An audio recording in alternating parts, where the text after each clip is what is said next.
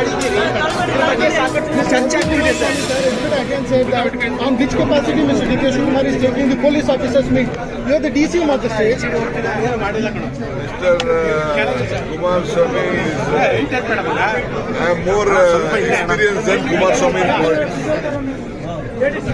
I have a better experience. I am a Chief Minister. I have better experience on administration better than Kumar Swamy. I have been a minister for a very long time.